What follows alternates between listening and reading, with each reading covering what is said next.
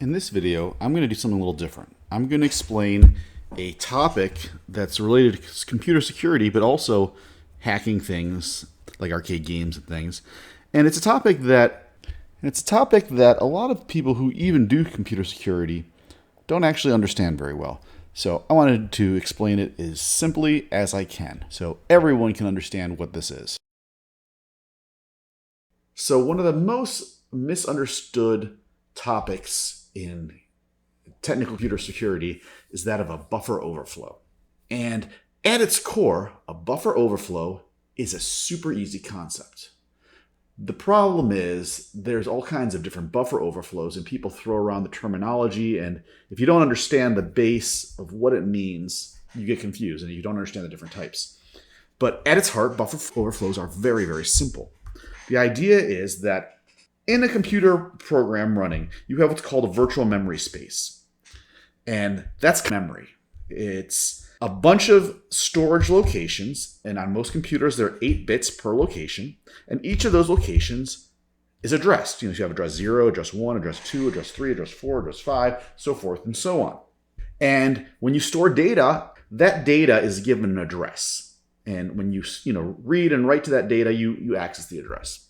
The problem being is that data is fixed sizes. So, for example, an integer is 4 bytes or 4 addresses. So it takes 4 8-bit addresses to store an integer. If you have a character that you want to store, it's 1 byte. If you have a bunch of characters, like a name, a password, it may be 16 bytes, it may be 20 bytes, depending on how many characters you want to store. This is the heart of the problem.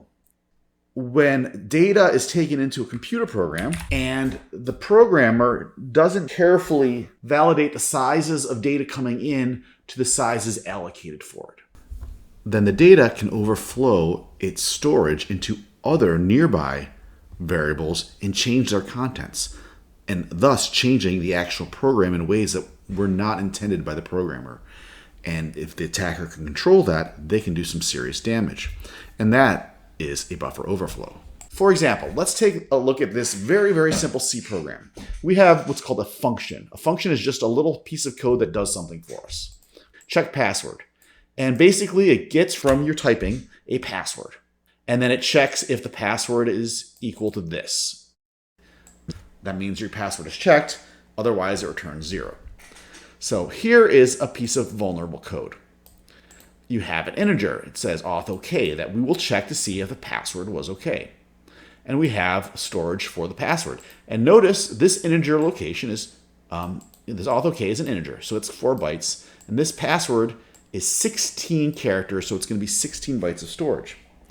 Now, the problem occurs of a buffer overflow is anytime one variable or one place in memory that you're writing to overflows the storage allocated to it.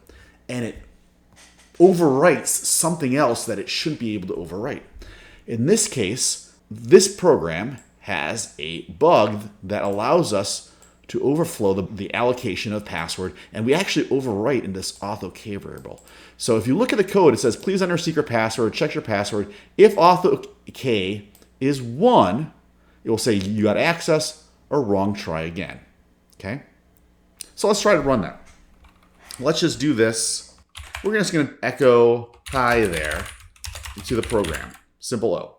And it will say, please enter the secret password. And it's taking it from the command line here because that's what this pipe does. And I'm just doing that because it's going to be easier for me to exploit things when I want to. I don't have to do it that way. I can do simple O. Please enter the password hi there, right? It doesn't matter. Okay, so we see this works. It says, okay, that's not the right password. Well, what happens if I have more than 16 characters in my password? My password is actually going to overwrite the variable into OK. Let's try it. 1, 2, 3, 4, 5, 6, 7, 8, 9, 10.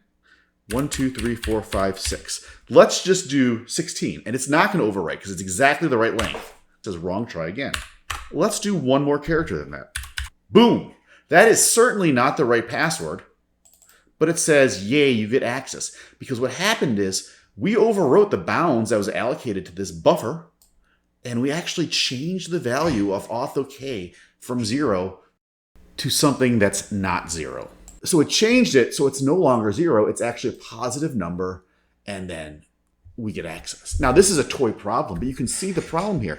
Without having the right password, we got access. That is the simplest form of buffer overflow you can have. And the concept of the stack buffer overflow is just the same.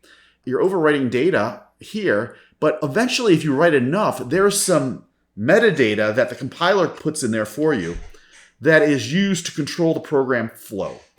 And if you write enough, you can actually overwrite a very important piece of information that the program is using that redirects you to run other code that's not even in the program. Usually what's code that the attacker will provide. So you overwrite something called the program counter, which tells the program where the next instruction will execute. And we can do this the same way. If you look at here, I've already figured out the exploit for this. If I write a bunch of data more than 32 bytes, I can start overwriting data that is important to the internal operation of the program. And what I'm going to do here is I'm actually going to run a program called xeyes. And you can see there's no code in here for xeyes. So I already wrote the exploit for this. Let's copy and paste this. Okay. So I just wrote a little quick program that actually puts untypable characters into something that I will send to the computer.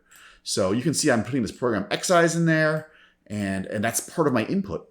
And then a bunch of stuff that ultimately it's going to overwrite some very important structures in the program's running memory. So let's do this. Rather than just get access to the system where it says, okay, you get access, I'm going to actually run a whole different program. Boom. I got xeyes to pop up. So I actually injected code into my program and then launched that code. The code I injected was the code to do what's called system user bin xeyes. That is a stack-based buffer overflow. And a stack-based buffer overflow is just a very specific example of a buffer overflow where you overwrite data on what's called a function stack. And ultimately, you overwrite data that the compiler, the thing that made the program, put in there to change the flow of the program from where it should be to where you want it to be.